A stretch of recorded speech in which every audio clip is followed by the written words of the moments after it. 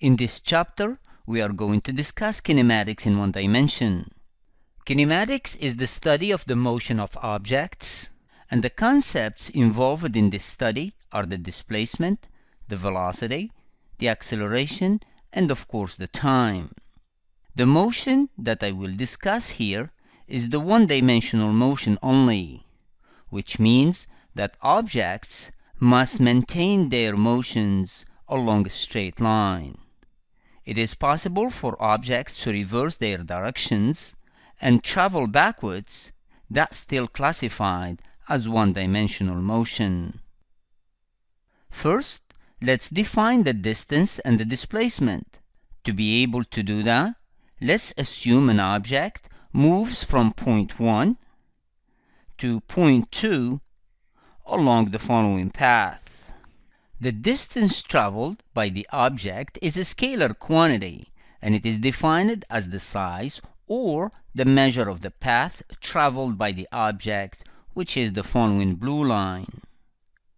On the other hand, the displacement, which is a vector quantity, is the shortest line from the starting point of the motion to its end, and it is defined by the following orange arrow.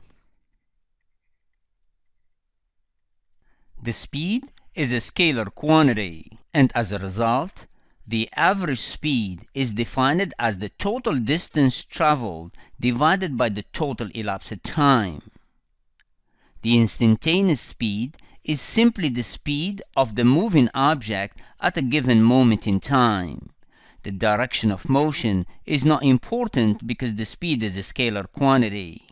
On the other hand, the velocity is a vector quantity, and as a result, the average velocity for a given motion is defined as the total displacement over the total elapsed time.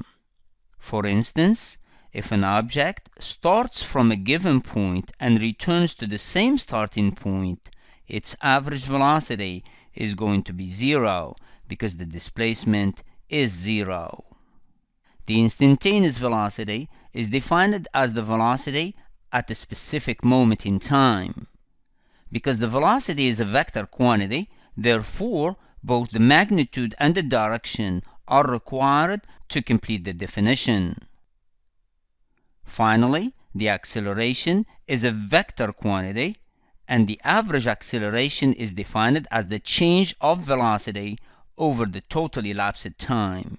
In other words, the final velocity minus the initial velocity over the total elapsed time. Like the instantaneous velocity, the instantaneous acceleration is defined as the acceleration at a specific moment in time. Not only the magnitude is required, but also the direction.